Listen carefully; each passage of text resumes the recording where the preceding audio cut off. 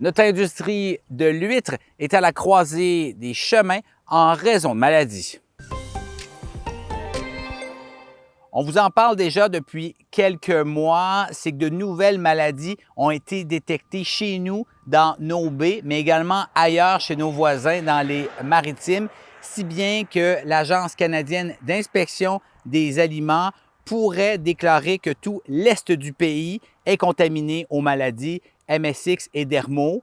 Ces maladies, il faut le dire, sont inoffensives pour les humains, mais causent des hauts taux de mortalité chez les huîtres. L'Agence canadienne d'inspection des aliments croit que ces maladies sont fort probablement présentes partout déjà.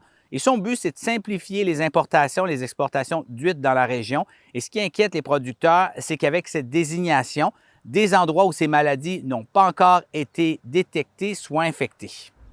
C'est pas quelque chose qu'on s'attend d'être capable d'éliminer de l'environnement. Une fois que c'est établi dans une baie ou dans une région, c'est essentiellement juste une question de temps avant qu'elle est considérée comme étant endémique. Donc là, on a des eaux propres, jusqu'à preuve du contraire, puis on va contaminer ça, puis après ça, on ne peut pas reculer en arrière. Il y a donc à présent des producteurs qui demandent un moratoire du déplacement des naissains vers des zones non contaminées. Des naissains, ce sont ces petites huîtres qui sont utilisées pour l'élevage.